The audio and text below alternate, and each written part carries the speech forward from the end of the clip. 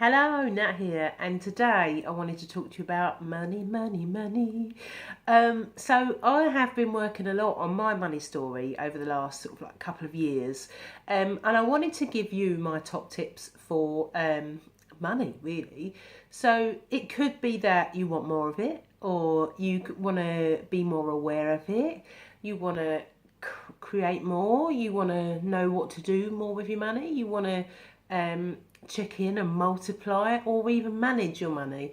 So here are my foundational tips from what I've learned, the best 3 tips for you to deal with your money, and here they are. So tip number 1 is awareness. I say all the time, I've probably said in every blog I've made so far, that awareness is the first step to change. Acknowledgement is the first step to doing something about it. Acknowledgement is the thing that sets you free. So number 1 is acknowledge your money. Now, there was a time a few years ago when the bank statements would come in the post, when there was such a time, and I'd be scared to frighten up. I'd leave the letters closed on my desk, never to look at, because I was frightened of what might be in them. I was in that state, in a lax state of mind. It's not like that now, and today we've got apps on our phone that we can look at our bank account, all sorts of wonderful things. And if you haven't got an app, you've got online banking, all of this sort of stuff. But the key thing is, and there's a lady called Denise Duffel-Thomas who I learned my money stuff from, and a fantabulous lady called Anne Wilson, both of which are really good with your money mindset. But Denise has got a spreadsheet that helps you to track this as well. So I'll put the link in below in the blog for you. And it is track your money daily. Like, know what comes in, even know what comes out. Even if it scares you, awareness is the first step to change, right? So look at what's coming in, down to the pence, and as well, track the gifts that come in. So if someone buys you a coffee like that, that's like a couple of quid these days, isn't it? If you get bought flowers, like the estimated values of things like that. So when you notice what you're attracting in your life, what you focus on, what you're attracting, you're more likely to get more of it, because what you focus on is what you get. Whereas if you're like me, a few years down the line, when I was not even opening my bank statements or daring to look at online banking, then I'm focusing on the lack. So the more lack I focus on, guess what? The more I get. Yeah, lack. So if you can be more aware of what you're getting in, then your focus shifts to what else can come in.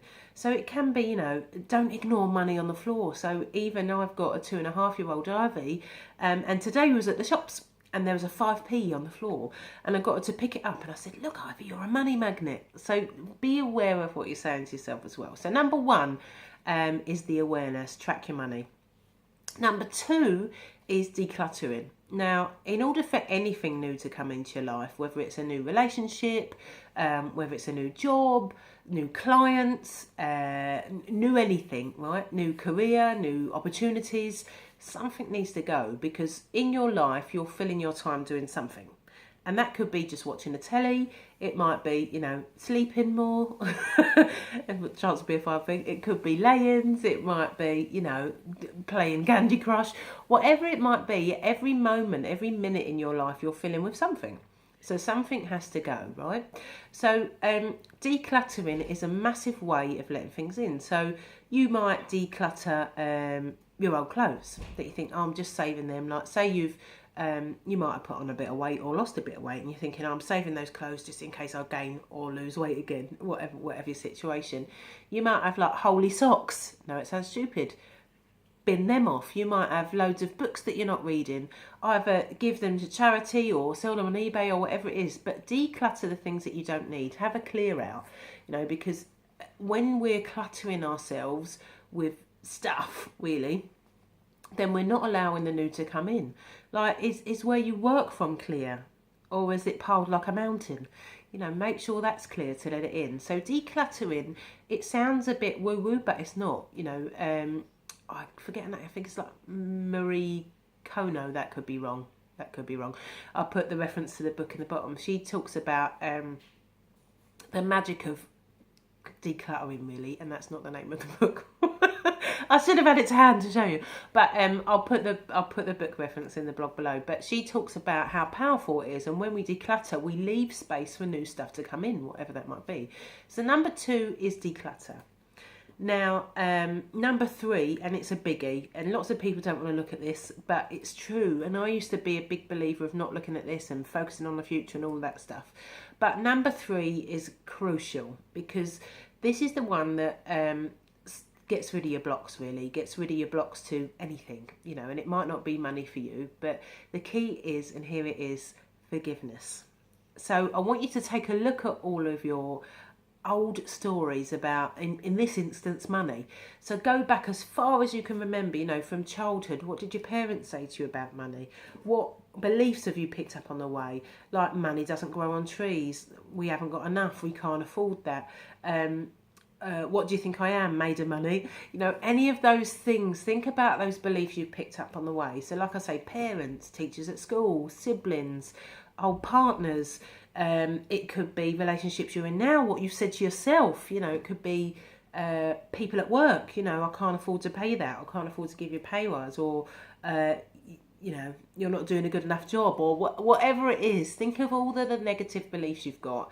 And then the next step to that is I write them down in a list and just notice what feelings they've got for me. So I just journal them until I can't possibly think of no more, and then I think of 5 more, force myself to think of 5 more, and then I never say this right, it's Ho'oponopono, and again I'll put a link for you, and there's a great YouTube one for this, and basically it's an old Hawaiian practice which goes through I love you, I'm sorry, please forgive me, thank you, right?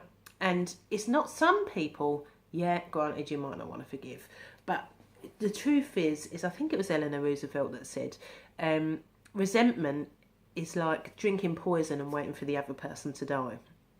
And it is, when we're holding on to all this anger and anguish and resentment, it doesn't do us any good at a cellular level. And you know, like when we're angry or when we're frustrated, we're not at our most productive, right? So it makes logical sense. So most of this stuff is forgiving ourselves for taking it on. So write down your forgiveness list. Think of 5 more when you've run out of things to think of. Then go through it, notice what feelings they give you, and go through that process one by one. All right? And I'd recommend this practice monthly. So do that month on month, and some of them things will reappear again, because some things we've got layers and layers of stuff to shift on. So there's a lot covered here. I'd love to hear your comments down below. We will be going through this more at our ABC Mini Mastermind on the 7th of April. You'd be more than welcome to join us, and I'll be going into in depth as what this could mean to you. I'll pop details of that in below.